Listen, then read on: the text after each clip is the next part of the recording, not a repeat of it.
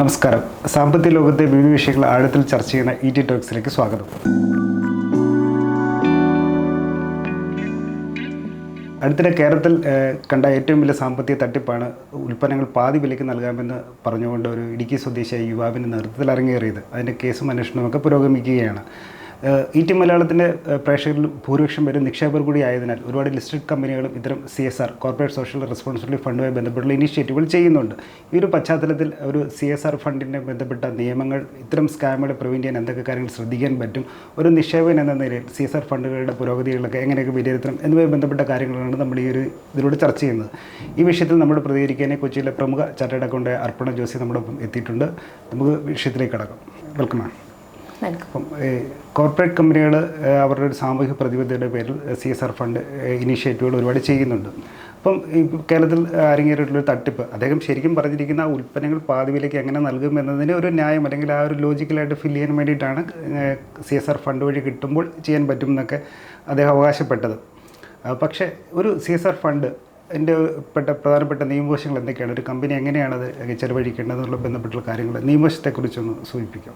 CSR അല്ലെങ്കിൽ corporate social responsibility, ഇപ്പോൾ അത് പേര് സൂചിപ്പിക്കുന്നത് പോലെ തന്നെ ഒരു കമ്പനിക്ക് അതിൻ്റെ സമൂഹത്തോടുള്ള ഒരു ഉത്തരവാദിത്തത്തിനെയാണ് കാണിക്കുന്നത്. അപ്പോൾ ഒരു കമ്പനി ഒരു പരിസ്ഥിതിയിൽ ഓപ്പറേറ്റ് ചെയ്യുന്ന സമയത്ത് അതിൽ നിന്നുള്ള ഒരുപാട് റിസോഴ്സസ് അത് യൂസ് ചെയ്യുന്നുണ്ട്. അപ്പോൾ ആ യൂസ് ചെയ്യുന്നതിന് പകരമായിട്ട് നമ്മുടെ പരിസ്ഥിതിയിലേക്ക് അല്ലെങ്കിൽ സമൂഹത്തിൻ്റെ ക്ഷേമത്തിന് വേണ്ടി തിരിച്ചെന്തെങ്കിലും കൊടുക്കുക എന്നുള്ളതാണ് ഈ ഒരു പദ്ധതിയിലൂടെ ഉദ്ദേശിക്കുന്നത്. ഇതിനെ നിയന്ത്രിക്കുന്ന നിയമം എന്ന് പറഞ്ഞാൽ കമ്പനീസ് ആക്ട് 2013 ഇന്ത്യയിൽ രജിസ്റ്റർ ചെയ്ത എല്ലാ കമ്പനീസിനും CSR നിയമം ബാധകമാവുന്നില്ല. കമ്പനീസ് ആക്ടിൽ കുറച്ച് കണ്ടീഷൻസ് പറയുന്നുണ്ട്. ഈ കണ്ടീഷൻസിൽ ഏതെങ്കിലും ഒരെണ്ണം സാറ്റിസ്ഫൈ ചെയ്യുന്ന കമ്പനീസിന് മാത്രമാണ് CSR ഫണ്ട്സ് സ്പെൻഡ് ചെയ്യേണ്ട ആവശ്യം വരുന്നുള്ളൂ. അതിൽ കണ്ടീഷൻസ് എന്തൊക്കെയാണെന്ന് വെച്ചാൽ, ഒരു കമ്പനി അതിൻ്റെ ആസ്തി 500 കോടിയിൽ കൂടുകയോ, അല്ലെങ്കിൽ അതിൻ്റെ വിറ്റുവരവ് 1000 കോടിയിൽ കൂടുകയോ, അല്ലെങ്കിൽ അതിൻ്റെ ഒരു വർഷത്തെ സാമ്പത്തിക ലാഭം 5 കോടിയിൽ കൂടുകയോ, ഇതിലേതെങ്കിലും ഒന്ന് സാറ്റിസ്ഫൈ ചെയ്താൽ ആ കമ്പനിയുടെ കഴിഞ്ഞ 3 വർഷത്തെ ആവറേജ് പ്രോഫിറ്റിൻ്റെ 2% CSR ആക്ടിവിറ്റീസിന് വേണ്ടി സ്പെൻഡ് ചെയ്യണം. അപ്പോൾ അങ്ങനെയാണെങ്കിൽ ഒരു കമ്പനിക്ക് CSR ഇനിഷ്യേറ്റീവിൻ്റെ ഭാഗമായിട്ട് ഒരു ഉൽപ്പന്നങ്ങൾ പകുതി വിലയ്ക്കൊക്കെ നൽകുക, അങ്ങനത്തെ എന്തെങ്കിലും ഒരു പദ്ധതികൾ ആരംഭിക്കാൻ അവർക്ക് ഇനിഷ്യേറ്റ് ചെയ്യാൻ സാധിക്കുമോ? കമ്പനീസ് ആക്ട് 2013 CSRൻ്റെ നിയമവശങ്ങളെക്കുറിച്ച് പറഞ്ഞിരിക്കുന്നത്. അതിൻ്റെ സ്കെഡ്യൂൾ 6 എന്തൊക്കെ ആക്ടിവിറ്റീസാണ് ഒരു കമ്പനിക്ക് CSR ഫണ്ട്സ് സ്പെൻഡ് ചെയ്യാൻ വേണ്ടി പെർമിറ്റ് ചെയ്തിരിക്കുന്നത് എന്നുള്ളത് പറയുന്നത്. അതിൽ പറഞ്ഞിരിക്കുന്ന കുറച്ച് ആക്ടിവിറ്റീസാണ്. അതെ, ആ ലിസ്റ്റിൽ ഒരു 12 ആക്ടിവിറ്റീസ് ഉണ്ട്. അപ്പോൾ അതിൽ മെയിനായിട്ട് വരുന്ന ആക്ടിവിറ്റീസ് ഇതൊക്കെയാണ്: eradicating hunger, poverty and malnutrition, promoting education, promotion of sports, പിന്നെ പ്രൊട്ടക്റ്റിംഗ് ഓഫ് നാഷണൽ ഹെറിറ്റേജ്, പിന്നെ promoting gender equality and women empowerment. അങ്ങനെ ആ ലിസ്റ്റ് സാമ്പത്തികമായി പിന്നോക്കം നിൽക്കുന്ന, അതുപോലെ സമൂഹത്തെ മുന്നേക്ക് കൊണ്ടുവരേണ്ട, അതെ, അവരുടെ ക്ഷേമത്തിന് വേണ്ടിയാണല്ലോ നമ്മൾ ഈ ഫണ്ട് സ്പെൻഡ് ചെയ്യാൻ ഉദ്ദേശിക്കുന്നത്. അപ്പോൾ സാമൂഹികമായി പിന്നോക്കം നിൽക്കുന്ന വിഭാഗങ്ങളുടെ ഉന്നമനത്തിന് വേണ്ടി അത് വരുമാനം ജനറേറ്റ് ചെയ്യുന്ന, ഇൻകം ജനറേറ്റ് ചെയ്യുന്ന പദ്ധതികളിലേക്ക് അങ്ങനെ വേണം. അങ്ങനെ പ്രോജക്റ്റ് എന്താണെന്നുള്ളത് കമ്പനിക്ക് ഡിസൈഡ് ചെയ്യാം. അൾട്ടിമേറ്റ് റിസൾട്ട് ഇതായിരിക്കണം. ഈ പറഞ്ഞിരിക്കുന്ന ആക്ടിവിറ്റീസിൽ ഇതിൽ പെടുന്നതായിരിക്കണം അൾട്ടിമേറ്റ് ആയിട്ട് വരുന്ന റിസൾട്ട്. അപ്പോൾ അങ്ങനെയാണെങ്കിൽ സ്വാഭാവികമായിട്ട് ഇപ്പോൾ ഉൽപ്പന്നങ്ങൾ പകുതിയിലേക്ക് നൽകാമെന്ന് പറഞ്ഞപ്പോൾ അതിനെപ്പറ്റി സംശയം സ്വാഭാവികമായിട്ടും ചോദിച്ചാൽ അതിനെ മാസ്ക് ചെയ്യാനായിട്ടാണ് കമ്പനികളുടെ CSR ഫണ്ട് വരുമെന്ന് പറഞ്ഞിരുന്നത്. പക്ഷേ ഇതിൻ്റെ അകത്ത് ഒരുപാട് NGOകൾ പെട്ടിട്ടുണ്ട്, അറിഞ്ഞും അറിയാതെ അല്ലാതെ കേട്ട്. അപ്പോൾ NGO എന്ന് പറയുമ്പോൾ സന്നദ്ധ സേവന മേഖലയിൽ അവർ സ്പെഷ്യലൈസ്ഡ് ആയിട്ട് സമൂഹത്തിൻ്റെ ഉന്നമനത്തിന് വേണ്ടി പ്രവർത്തിക്കുന്നവരാണ്. പക്ഷേ അവർ ഒരു അവയർനെസ് കുറവിൽ ശ്രദ്ധിക്കാം, നമുക്ക് മനസ്സിലാവില്ല. പലരും അറിയാതെ വന്നിട്ട് അത് പെട്ടു എന്ന് പറയുന്നുണ്ട്.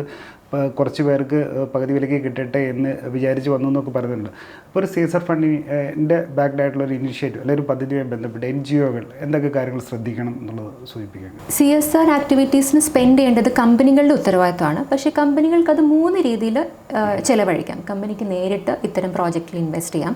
അതല്ലെങ്കിൽ NGO എന്ന് പറയുമ്പോൾ 12A രജിസ്ട്രേഷൻ ഉള്ള NGO ആയിരിക്കണം. ഇൻകം ടാക്സ് ആക്ടിൻ്റെ 12A രജിസ്ട്രേഷൻസ് ഉള്ള NGOകൾക്ക് ഈ ഫണ്ട് കമ്പനിക്ക് ഡൊണേറ്റ് ചെയ്യുകയും അതുവഴി NGO ഈ പറയുന്ന പ്രസ്തുത പ്രോജക്ട്സിലേക്ക് ഇൻവെസ്റ്റ് ചെയ്യുകയോ ചെയ്യാം. അതല്ലെങ്കിൽ 1-2 കമ്പനീസിന് കൊലാബറേറ്റഡ് ആയിട്ട് ഇങ്ങനത്തെ ഇൻവെസ്റ്റ്മെൻറ്റ് ആക്ടിവിറ്റീസ് ചെയ്യാൻ പറ്റും.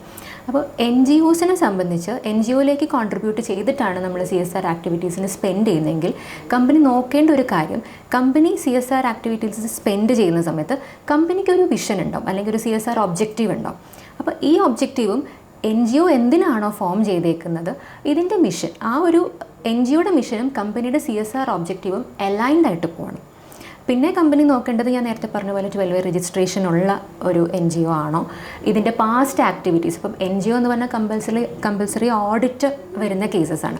അപ്പോൾ ഇതിൻ്റെ പാസ്റ്റ് ആക്ടിവിറ്റീസ്, ഇവരുടെ ഓഡിറ്റ് റിപ്പോർട്ട് വിശകലനം ചെയ്യുന്നത് വഴി നമുക്ക് അറിയാൻ പറ്റും ഇവരുടെ ഇടപാടുകൾ എന്തൊക്കെയാണ്, എങ്ങനെയാണ്, ഇവരുടെ ട്രാക്ക് റെക്കോർഡ് അറിയാൻ വേണ്ടി ഓഡിറ്റ് റിപ്പോർട്ട് നമുക്ക് നോക്കുന്നത് വഴി അറിയാൻ പറ്റും. അതായത് ഒരു കമ്പനിക്ക് നേരിട്ട് വേണമെങ്കിൽ ചെയ്യാം, അല്ലെങ്കിൽ കമ്പനിയുടെ ഈ സാമൂഹിക സന്നദ്ധതയുമായി ബന്ധപ്പെട്ടുള്ള പദ്ധതികളുടെ അലൈൻ ചെയ്യുന്ന രീതിയിൽ NGOയുമായിട്ട് ചേർന്നുകൊണ്ട് ഒരു ഇനിഷ്യേറ്റീവ് ആരംഭിക്കാം അല്ലെങ്കിൽ നടപ്പാക്കാം. അപ്പോൾ അങ്ങനെയാണെങ്കിൽ തങ്ങളുടെ ഫണ്ട്, അതായത് ഒരു കമ്പനിയുടെ പെർസ്പെക്റ്റീവ്, ഒരു ഇൻവെസ്റ്ററിൻ്റെ പെർസ്പെക്റ്റീവ് നോക്കുകയാണെങ്കിൽ, അപ്പോൾ കമ്പനി അലോട്ട് ചെയ്ത ഈ ഫണ്ട് കൃത്യമായിട്ട് ആ NGO ഉപയോഗിക്കുന്നുണ്ടോ ഇല്ലയോ എന്ന് എങ്ങനെ അറിയാൻ പറ്റും, അല്ല അതിനെ എങ്ങനെയാണ് വെരിഫൈ ചെയ്യാൻ പറ്റുക? ഈ NGOs ഈ ഫണ്ട് സ്പെൻഡ് ചെയ്ത് കഴിഞ്ഞാൽ കമ്പനിക്ക് ഒരു റിപ്പോർട്ട് സബ്മിറ്റ് ചെയ്യേണ്ട ആവശ്യമുണ്ട്. പിന്നെ കമ്പനിയും അതുപോലെ തന്നെ കമ്പനിയുടെ ഫിനാൻഷ്യൽ സ്റ്റേറ്റ്മെൻറ്റ്സ് നമുക്കറിയാം, അതൊരു പബ്ലിക് ഡോക്യുമെൻ്റ് ആണ്. അത് മിനിസ്ട്രി ഓഫ് കോർപ്പറേറ്റ് അഫയേഴ്സ് എന്ന് പറയുന്ന പോർട്ടലിൽ ഏതൊരു സാധാരണക്കാരനും ഒരു 100 രൂപ പേ ചെയ്താൽ നമുക്കത് എവറി ഇയറിലെ ഫിനാൻഷ്യൽ സ്റ്റേറ്റ്മെൻറ്റ്സ് നമുക്ക് ഡൗൺലോഡ് ചെയ്ത് നോക്കാനായിട്ട് സാധിക്കും. ഇതിൻ്റെ ഡയറക്ടേഴ്സ് റിപ്പോർട്ട് എന്ന് പറയുന്ന ഒരു റിപ്പോർട്ടിൽ ഈ CSR ആക്ടിവിറ്റീസ് സ്പെൻഡ് ചെയ്തിട്ടുള്ളൊരു കമ്പനീസ് ഇവിടെ എന്തൊക്കെ പ്രോജക്ട്സിലാണ് ഇത് ഇൻവെസ്റ്റ് ചെയ്തേക്കുന്നത്, അല്ലെങ്കിൽ അവർ നേരിട്ടാണോ NGO വഴിയാണോ ചെയ്തേക്കുന്നത് എന്നുള്ള എല്ലാ ഡീറ്റെയിൽസും അവരത് ഡിക്ലെയർ ചെയ്യേണ്ട ആവശ്യമുണ്ട്. അപ്പോൾ ഇത് വിശകലനം ചെയ്യുന്നത് വഴി നമുക്ക് അറിയാൻ പറ്റും ഇവരുടെ CSR ഫണ്ട് ഏതൊക്കെ പ്രോജക്ട്സിലേക്കാണ് പോയിരിക്കുന്നത്. അതായത് ഇപ്പോൾ സൂചിപ്പിച്ച പോലെ നമുക്ക് കോർപ്പറേറ്റ് അഫയേഴ്സ് മിനിസ്ട്രി നമുക്ക് കാര്യങ്ങൾ ഡൗൺലോഡ് ചെയ്തെടുക്കാം, അതിലൂടെ നമുക്ക് വെരിഫൈ ചെയ്യാൻ പറ്റുമെന്ന് പറഞ്ഞു. അപ്പോൾ ഇത്തരം ഒരു സ്കാമുകൾ നടക്കുന്നുണ്ടെങ്കിൽ, അല്ലെങ്കിൽ ഒരു CSR ഫണ്ട് ബാക്ക്ഡ് ആയിട്ടുള്ള ഇനിഷ്യേറ്റീവുകൾക്ക് ഒരു സ്കാം നടക്കുന്നുണ്ടെങ്കിൽ, അഴിമതി നടക്കുന്നുണ്ടെങ്കിൽ, ഇത്തരം പ്രവണതകളെ ചെറുക്കാൻ ഒരു തേർഡ് പാർട്ടി ഓഡിറ്റിംഗ് വഴി നടക്കുമോ? ഞാൻ നേരത്തെ സൂചിപ്പിച്ച പോലെ NGO ആണെങ്കിലും 12 രജിസ്റ്റർ ചെയ്ത NGO ആണെങ്കിലും കമ്പനി ആണെങ്കിലും അവർക്ക് മാൻഡേറ്ററി ഓഡിറ്റ് വരുന്നുണ്ട്. അപ്പം ഓഡിറ്റ് എന്ന് പറയുമ്പോൾ ഇവരുടെ ഒരു വർഷത്തെ എല്ലാ സാമ്പത്തിക ഇടപാടുകളും ഒരു ക്വാളിഫൈഡ് ആയിട്ടുള്ള ചാർട്ടേഡ് അക്കൗണ്ടൻറ്റ് പരിശോധിച്ച് അത് സർട്ടിഫൈ ചെയ്യുകയാണ് ചെയ്യുന്നത്. അത് വൺ ഓഫ് ദ മെത്തേഡാണ്. പിന്നെ നേരത്തെ ചോദിച്ച പോലെ ഈ പകുതി വിലയ്ക്ക് സാധനങ്ങൾ കൊടുക്കുക എന്നുള്ളത്, ഇപ്പം അത് ഞാൻ നേരത്തെ പറഞ്ഞ പെർമിറ്റഡ് ആക്ടിവിറ്റീസിൽ ഏത് കാറ്റഗറിയിൽ വരും എന്നുള്ളത് നിയമത്തിൻ്റെ ലൂപ്പ് ഹോൾസ് വെച്ച് നമ്മൾ ഐഡൻറ്റിഫൈ ചെയ്യണം. പിന്നെ ഒരു സാധാരണക്കാരനായ ഒരു മനുഷ്യനെ സംബന്ധിച്ച് കമ്പനീസ് ആക്റ്റും അതിൻ്റെ CSR എന്താണ് അതിൽ പറയുന്നതും എന്നൊന്നും അറിഞ്ഞിരിക്കുക എന്നുള്ളത് പ്രായോഗികമല്ല. പക്ഷേ ഒരു പ്രായോഗിക ബുദ്ധി അനുസരിച്ച് നമുക്ക് വേണമെങ്കിൽ ഒരു സാധനം അത് പകുതി വിലയ്ക്ക് തരുകയാണെന്ന് പറയുമ്പോൾ അവർക്ക് വേണമെങ്കിൽ ചിന്തിക്കാം, എന്തുകൊണ്ട് ഇത് മൊത്തം ഫ്രീ ആയിട്ട് തരുന്നില്ല, അല്ലെങ്കിൽ അപ്ഫ്രണ്ട് ആയിട്ടൊരു പേയ്മെൻറ്റ് കൊടുക്കുന്നത് വഴി എനിക്ക് പകുതി വിലയ്ക്ക് സാധനം കിട്ടും എന്ന് പറയുമ്പോൾ സ്വാഭാവികമായിട്ടും ഒരു മനുഷ്യൻ്റെ ഉള്ളിൽ ഒരു സംശയം വരണം, എന്തുകൊണ്ടാണ് എന്തുകൊണ്ട് ഞാൻ ആദ്യം പൈസ കൊടുത്തിട്ട് പിന്നെ എനിക്ക് ഈ സാധനം തരുന്നു, അല്ലെങ്കിൽ സാധനം കിട്ടിക്കഴിഞ്ഞിട്ട് ഞാൻ അതിൻ്റെ വേണമെങ്കിൽ നമുക്ക് ഇങ്ങനെ ചിന്തിക്കാം, ഇപ്പോൾ ഒരു സാധനം ഉണ്ടാക്കാൻ എന്തായാലും ഒരു കോസ്റ്റ് ഉണ്ട്. അപ്പോൾ ആ കോസ്റ്റ് മാത്രം കവർ ചെയ്യുന്ന രീതിയിൽ സാധനം കിട്ടിക്കഴിയുമ്പോൾ ആ ഒരു നിശ്ചിത തുക അങ്ങോട്ട് കൊടുക്കുക എന്നുള്ള രീതിയിൽ അങ്ങനെ എന്തുകൊണ്ടായിക്കൂടാ എന്നുള്ളത് സാധാരണക്കാരായ ജനങ്ങൾ ചിന്തിക്കുന്നില്ല. നേരത്തെ മാഡം പറഞ്ഞ പോലെ തന്നെ ഇപ്പം നമുക്ക് കോർപ്പറേറ്റ് അഫയേഴ്സ് മിനിസ്ട്രിയുടെ ഇതിൽ നിന്ന് ഡൗൺലോഡ് ചെയ്തൊക്കെ എടുക്കാമെന്ന് പറഞ്ഞു. അത് കൂടുതൽ ഫിനാൻഷ്യൽ ആയിട്ടുള്ള കാര്യങ്ങളാണ്. പക്ഷേ ഇപ്പോൾ കേരളത്തിൽ സംഭവിച്ചെന്ന് പറഞ്ഞാൽ ഒരു പദ്ധതിയുടെ അനൗൺസ്മെൻറ്റ് ഘട്ടത്തിലാണ്, അതായത് പ്രാരംഭ ഘട്ടത്തിലാണ് നിൽക്കുന്നത്. കുറച്ചുപേർക്ക് കൊടുത്തു കണ്ണിൽ പൊടി കിട്ടുന്നൊക്കെ ശരി തന്നെ. പുതിയതായിട്ട് അനൗൺസ് ചെയ്യുന്നൊരു പദ്ധതിയിലേക്കാണ് ഇൻവെസ്റ്റ്മെൻറ്റ് പകുതി വിലയ്ക്ക് നൽകാമെന്ന് പറഞ്ഞ് പകുതി വില പണം അവരെ കൊണ്ട് അടപ്പിക്കുന്നത്. അതായത് ഒരു പദ്ധതിയുടെ ഒരു അനൗൺസ്മെൻറ്റ് ഘട്ടത്തിൽ അല്ല ആ ഒരു പദ്ധതിയുടെ ലെജിറ്റിമസി എങ്ങനെ ഒരു വ്യക്തികൾക്ക് വെരിഫൈ ചെയ്യാൻ കഴിയും? ശരിക്കും പറയുകയാണെങ്കിൽ സാധാരണക്കാരായ ജനങ്ങളുടെ അറിവില്ലായ്മയെ ചൂഷണം ചെയ്യുകയാണ് ഇങ്ങനത്തെ സ്കാംസ് ചെയ്യുന്ന ആളുകൾ അവരുടെ പ്രധാന ഉദ്ദേശം. ഇത് മാത്രമല്ല, നമ്മൾ ഏതൊരു വിധത്തിലുള്ള തട്ടിപ്പെടുക്കുകയാണെങ്കിൽ ഇപ്പോൾ നമുക്കറിയാം, നമ്മളൊരാൾ ഫോൺ ചെയ്യാൻ എടുത്തു കഴിഞ്ഞാൽ നമുക്ക് ആദ്യം ഒരു അലേർട്ടാണ് വരുന്നത്.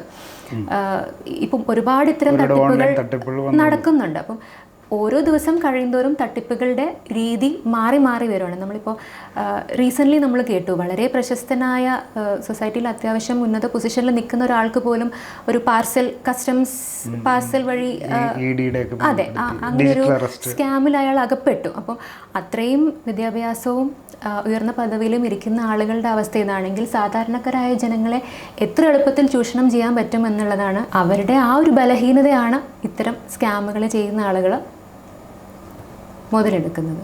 ഇപ്പം നിരവധി കമ്പനികൾ ഇപ്പോൾ കേരളത്തിലാണെങ്കിൽ തന്നെയും ഒരുപാട് പദ്ധതികൾ ചെയ്യുന്നുണ്ട്. ഇപ്പം എറണാകുളത്ത് ബന്ധപ്പെട്ട് പറയാൻ റോഷ്നി പ്രോജക്റ്റുകളൊക്കെ ഉണ്ട്. അതായത് ഇതര സംസ്ഥാനത്തു നിന്ന് വന്നിട്ടുള്ള കുട്ടികൾക്ക് നമ്മുടെ ഇതിലൂടെ അവരുടെ ഭാഷയിലൂടെ അധ്യയനത്തെ സഹായിക്കുന്ന രീതിയിൽ പുറത്തുനിന്നുള്ള ടീച്ചേഴ്സിനെ വെച്ചിട്ട് നമ്മുടെ പാഠഭാഗങ്ങൾ പറഞ്ഞു കൊടുക്കുന്ന ഒരു പ്രോജക്റ്റാണ്. അപ്പോൾ അതിൻ്റെ പുറകിൽ BBC പോലെ വലിയ കമ്പനികൾ ഒരുപാട് ഫണ്ട് നൽകുന്നതായിട്ട് നമുക്ക് അവരുടെ CSR ഫണ്ടിൻ്റെ ഭാഗമായിട്ട് നൽകുന്നതായിട്ട് കേൾക്കാം. അപ്പോൾ ചോദിക്കുന്നത് വെച്ചാൽ ഒരുപാട് നല്ല കമ്പനികൾ അവർ ആ ഒരു CSRൻ്റെ ഇനിഷ്യേറ്റീവ് വളരെ നല്ല രീതിയിൽ ചെയ്യുന്നുണ്ട്. പക്ഷേ ഇത്തരം സ്കാമുകൾ കാര്യങ്ങൾ വരുമ്പോൾ നേരിട്ടൊരു കമ്പനി ഇൻവോൾവ് ആയിട്ട് നമുക്കിതൊരു അറിയത്തില്ലെങ്കിൽ പോലും വൃത്തിയായിട്ട് കാര്യങ്ങൾ സുതാര്യത്തോടെ ചെയ്യുന്ന കമ്പനികളുടെ ആ ഒരു എക്സിക്യൂഷനെ അവർ ബാധിക്കുമെന്ന് കരുതുന്നുണ്ടോ? അല്ല എന്തൊക്കെ കാര്യങ്ങളായിരിക്കും അവർ ശ്രദ്ധിക്കേണ്ടത് ഒരു കമ്പനിയുടെ ഭാഗത്തു നിന്നായാലും? അതെ, ഇപ്പം ഈ CSR എന്ന് പറയുന്നത് ഒത്തിരി പേർക്ക് അറിയാത്തൊരു കോൺസെപ്റ്റായിരുന്നു. പക്ഷേ ഇങ്ങനൊരു സ്കാം വന്നപ്പം അതൊരു വളരെ ഹോട്ട് ടോപ്പിക്കായി. അപ്പോൾ ഈ CSR ആക്ടിവിറ്റീസിൽ ലെജിറ്റിമേറ്റ് ആയിട്ട് സ്പെൻഡ് ചെയ്യുന്ന കമ്പനീസ് ഒരുപാടുണ്ട്. പക്ഷേ ഇങ്ങനൊരു സ്കാം വരുന്ന സമയത്ത് ഇങ്ങനെ നന്നായി നിയമപരമായി ചെയ്യുന്ന ആളുകളെയും സംശയത്തിൻ്റെ ഒരു കണ്ണുകളിലൂടെ നോക്കേണ്ടതായിട്ടുള്ളൊരു അവസ്ഥ നമുക്ക് വരും. ഇപ്പോൾ നമുക്ക് തന്നെ അറിയാം, ചില സമയത്ത് നമുക്ക് കോൾസ് വരും ബാങ്കിൽ നിന്നാണെന്നൊക്കെ പറയും. അപ്പോൾ നമ്മൾ ആദ്യം ഒന്ന് സംശയിക്കും, ഇത് വല്ല തട്ടിപ്പോ ആണോ? അതുപോലുള്ളൊരു സംശയം സാധാരണക്കാരായ ജനങ്ങളുടെ ഇടയിലും വരാനുള്ള സാധ്യതയുണ്ട്. ഇപ്പം നമ്മൾ നോക്കുകയാണെങ്കിൽ, ഇപ്പം അവസാനമായിട്ട് ചോദിക്കുകയാണെങ്കിൽ, ഇപ്പം കേരളത്തിൽ എറണാകുളത്ത് കിഴക്കമ്പലത്ത് ഒരു രാഷ്ട്രീയ പാർട്ടി 2020 ഒരു ഭരണം നേടിയതിൻ്റെ പിന്നിൽ ഒരു ലിസ്റ്റഡ് ടെക്സ്റ്റൈൽ കമ്പനിയുടെ CSR ഫണ്ടുമായി ബന്ധപ്പെട്ടുള്ള ആരോപണങ്ങളൊക്കെ വന്നിരുന്നു. അപ്പോൾ ലിസ്റ്റഡ് ഒരു കമ്പനി ആയതുകൊണ്ട് തന്നെ ഒരുപാട് സ്റ്റേക്ക് ഹോൾഡേഴ്സ് സാധാരണക്കാരായിട്ടുള്ള ഒരു ഷെയറൊക്കെ വാങ്ങിയിട്ടുണ്ടാവും. അപ്പോൾ ഇത്തരം ഒരു കാര്യങ്ങൾ അത് ലെജിറ്റിമൈസ് ആയിട്ട് ചെയ്യാൻ പറ്റുമോ? അതേപോലെ തന്നെ ഇത്തരം കാര്യങ്ങൾ ചെയ്യുന്ന ഒരു കമ്പനിയുടെ ഇൻവെസ്റ്റേഴ്സ് എന്തൊക്കെ കാര്യങ്ങളായിരിക്കണം ശ്രദ്ധിക്കേണ്ടത് അവർ CSR ഇനീഷ്യേറ്റീവുമായി ബന്ധപ്പെട്ട്? 40 വർഷത്തിൽ കൂടുതലായിട്ട് ഓപ്പറേറ്റ് ചെയ്യുന്ന ഒരു കമ്പനിയെ സംബന്ധിച്ച് അവർക്ക് സെപ്പറേറ്റ് ആയിട്ടൊരു ലീഗൽ ഡിപ്പാർട്ട്മെൻ്റ് ഒക്കെ ഉറപ്പായിട്ടും ഉണ്ടായിരിക്കും. കമ്പനീസ് ആക്ടിൽ പറയുന്ന വേറൊരു റിക്വയർമെൻ്റ് ആണ്, CSR ആക്ടിവിറ്റീസ് സ്പെൻഡ് ചെയ്യുന്നതിന് മുമ്പേ ഒരു കമ്പനി ഒരു CSR കമ്മിറ്റി രൂപീകരിക്കും. ആ കമ്മിറ്റി വഴിയായിരിക്കണം ഏത് പ്രോജക്റ്റിൽ നമ്മൾ സ്പെൻഡ് ചെയ്യണം, എത്ര എമൗണ്ട് സ്പെൻഡ് ചെയ്യണം എന്നുള്ളതൊക്കെ തീരുമാനിക്കുന്നത്. അപ്പം ഞാൻ നേരത്തെ പറഞ്ഞ പെർമിറ്റഡ് ആക്ടിവിറ്റീസിൽ ഒരു ആക്ടിവിറ്റിയാണ് റൂറൽ ഡെവലപ്മെൻറ്റ് പ്രോജക്ട്സ് വരുന്നത്. അപ്പം ഈ പറഞ്ഞിരിക്കുന്ന കമ്പനിയും ഒരു കിഴക്കമ്പലം എന്ന് പറയുന്ന ഒരു പ്രദേശത്തിൻ്റെ ഇൻഫ്രാസ്ട്രക്ചർ ഡെവലപ്പ് ചെയ്യുക, അല്ലെങ്കിൽ അവിടുത്തെ ആളുകൾക്ക് സബ്സിഡൈസ്ഡ് ആയിട്ടുള്ള റേറ്റിൽ സാധനങ്ങൾ കൊടുക്കുക, അതാണ് ചെയ്തിരിക്കുന്നത്. പിന്നെ ഇൻവെസ്റ്റേഴ്സിനെ സംബന്ധിച്ച് നോക്കുമ്പോൾ അവർ ഉറപ്പായിട്ടും അവരുടെ കാശ് ഈ കമ്പനിയിൽ ഇൻവെസ്റ്റ് ചെയ്യുന്നുണ്ട്. അപ്പം അവർക്ക് അതിൽ നിന്നുള്ളൊരു റിട്ടേൺ കിട്ടണം. അപ്പോൾ അവരെ സംബന്ധിച്ച് ഇപ്പം ഒരു കമ്പനി CSR ആക്ടിവിറ്റീസ് സ്പെൻഡ് ചെയ്യുന്ന സമയത്ത് കമ്പനിയുടെ റെപ്യൂട്ടേഷൻ അല്ലെങ്കിൽ ബ്രാൻഡ് വാല്യൂ കൂടുകയും പിന്നെ ഇത്തരം അലിഗേഷൻസ് വരുമ്പം അത് അങ്ങനെ തന്നെ താഴേക്ക് പോകാനുമുള്ള സാധ്യതയുണ്ട്. അപ്പം ഇൻവെസ്റ്റേഴ്സിനെ സംബന്ധിച്ച് ഈ ഒരു ഏരിയയിലാണ് അവർ പ്രിക്കോഷൻ എടുക്കേണ്ടത്. അപ്പം ഞാൻ നേരത്തെ സൂചിപ്പിച്ച പോലെ അതായത് ഇനിഷ്യേറ്റീവിൻ്റെ മോട്ടീവ് എന്താണ്, അതിൻ്റെ അത് പ്രൊമോട്ടർക്ക് എന്തുമാത്രം താല്പര്യമുണ്ട് എന്നുള്ള കാര്യങ്ങളുടെ നമ്മളൊരു ഇൻവെസ്റ്റർ എന്നുള്ളത് ക്രോസ് ചെക്ക് ചെയ്യണം. അല്ലെങ്കിൽ ആനുവൽ ജനറൽ മീറ്റിംഗ് ഒക്കെ വരുമ്പോൾ അത്തരം പ്രസ്താവനകൾ നമ്മളൊന്ന് കണ്ടുപിടിക്കാൻ നല്ലതെന്നാണ് ഉദ്ദേശിക്കുന്നത്. അതെ, പൊതുവേ ഇൻവെസ്റ്റേഴ്സിനെ സംബന്ധിച്ച് അവർ P&L പ്രോഫിറ്റ് ഫിഗേഴ്സിൽ മാത്രമായിരിക്കും, ആ ഒരു ട്രാക്ക് റെക്കോർഡ് മാത്രമായിരിക്കും ആളുകൾ നോക്കുന്നത്. പക്ഷേ വളരെ പ്രോഫിറ്റ് മേക്കിംഗ് ആയിട്ടുള്ളൊരു കമ്പനീസ് അതിൻ്റെ പുറകിൽ ഇത്തരം എന്തെങ്കിലും സ്കാംസ് ചെയ്യുന്നുണ്ടോ, അല്ലെങ്കിൽ അവരുടെ സോഴ്സസ് ലെജിറ്റിമേറ്റ് ആയിട്ട് തന്നെയാണോ സ്പെൻഡ് ചെയ്യുന്നതൊക്കെ അറിയാൻ വേണ്ടി ഫിനാൻഷ്യൽ സ്റ്റേറ്റ്മെൻറ്റ്സ് കംപ്ലീറ്റ് ആയിട്ട് വായിക്കുന്നത് വഴി നമുക്കറിയാൻ പറ്റും. ഞാൻ നേരത്തെ പറഞ്ഞ പോലെ ബോർഡ് ഓഫ് ഡയറക്ടേഴ്സ് റിപ്പോർട്ടിൽ ഇത്തരം ഒരു കമ്പനി ഒരു വർഷം എന്തൊക്കെ ആക്ടിവിറ്റീസ് ചെയ്തു എന്നതിൻ്റെ ഒരു വ്യക്തമായൊരു റിപ്പോർട്ടാണത് ഡയറക്ടേഴ്സ് റിപ്പോർട്ടിൽ നമുക്ക് കിട്ടുന്നത്. അപ്പോൾ അത് വായിച്ച് മനസ്സിലാക്കാൻ പറ്റും. അത് വായിച്ച് മനസ്സിലാക്കിയാൽ കമ്പനിക്ക് കൂടുതലും അവരുടെ സാമൂഹിക പ്രതിബദ്ധതയുടെ പേരിൽ ചെയ്യുന്നതിനോടൊപ്പം തന്നെ ബാക്കി കൂടുതലും ബിസിനസ്സിലേക്ക് തന്നെയാണ്, ബാക്കി രാഷ്ട്രീയ അല്ലെങ്കിൽ മറ്റു കാര്യങ്ങളിലേക്ക് പോകാതെ അറ്റൻഷൻ ഡൈവേർട്ട് ചെയ്യാതെ ബിസിനസ്സിലേക്ക് തന്നെയാണ് അവർ കൂടുതലും ഫോക്കസ് ബാക്കി ചെയ്യുന്നതൊക്കെ ഒരു സാമൂഹിക പ്രതിബദ്ധതയുടെ പേരിലാണെന്ന് മനസ്സിലാക്കാൻ കഴിയുമെന്നാണോ സൂചിപ്പിക്കുന്നത്? ഈ ബോർഡ് ഓഫ് ഡയറക്ടേഴ്സ് റിപ്പോർട്ടിൽ ഈ CSR ആക്ടിവിറ്റീസിന് വേണ്ടി കമ്പനി എവിടെയാണ് സ്പെൻഡ് ചെയ്തതെന്നുള്ളതിൻ്റെ ഒരു ഡീറ്റെയിൽ റിപ്പോർട്ട് ഉണ്ടാവും. അത് ആര് വഴിയാണ് സ്പെൻഡ്, ഇപ്പോൾ പറഞ്ഞ NGOs വഴിയാണോ, കമ്പനി നേരിട്ടാണോ, എന്ത് പ്രോജക്ട്സിലാണ് ഇൻവെസ്റ്റ് ചെയ്തത്, എത്ര എമൗണ്ട് ഇൻവെസ്റ്റ് ചെയ്തു എന്നുള്ളതിൻ്റെ എല്ലാം വിശദമായ വിവരങ്ങൾ ബോർഡ് ഓഫ് ഡയറക്ടേഴ്സ് റിപ്പോർട്ടിൽ അവൈലബിൾ ആണ്. അപ്പം ഇൻവെസ്റ്റ് ചെയ്യാൻ ഉദ്ദേശിക്കുന്നവർക്ക് ഇത്തരം റിപ്പോർട്ടുകൾ വായിക്കുന്നത് വഴി, അല്ലെങ്കിൽ ഇത്തരം റിപ്പോർട്ട് വായിച്ച് അനലൈസ് ചെയ്യാൻ പറ്റുന്ന ആളുകളോട് സംസാരിക്കുന്നത് വഴി അവർക്കൊരു നിഗമനത്തിൽ എത്താൻ പറ്റേണ്ടതാണ്. ഇന്നത്തെ ET ടോക്സിൽ CSR ഫണ്ടുമായി ബന്ധപ്പെട്ടുള്ള അതിൻ്റെ പ്രാഥമിക നിയമവശങ്ങൾ ഒരു ഇൻവെസ്റ്റർ, അതായത് ലിസ്റ്റഡ് കമ്പനികളോ അല്ലെങ്കിൽ അതിൻ്റെ ഒരു ഓഹരി അതിലെടുത്തിട്ടുള്ള അല്ലെങ്കിൽ നിക്ഷേപമുള്ള ഒരു നിക്ഷേപനെ സംബന്ധിച്ച് ഇത്തരം CSR ഇനീഷ്യേറ്റീവ് ബന്ധപ്പെട്ട് എന്തൊക്കെ കാര്യങ്ങൾ ക്രോസ് ചെയ്യണം, എവിടെ നിന്ന് ആ ഡേറ്റകൾ കിട്ടും എന്നുള്ള കാര്യങ്ങളൊക്കെയാണ് അർപ്പണ ജോസി നമ്മളോട് പങ്കുവച്ചത്. അപ്പോൾ തീർച്ചയായിട്ടും മറ്റൊരു വിഷയമായി നമുക്ക് അടുത്ത അദ്ദേഹത്തിൽ കണ്ടുമുട്ടാം. നന്ദി, നമസ്കാരം.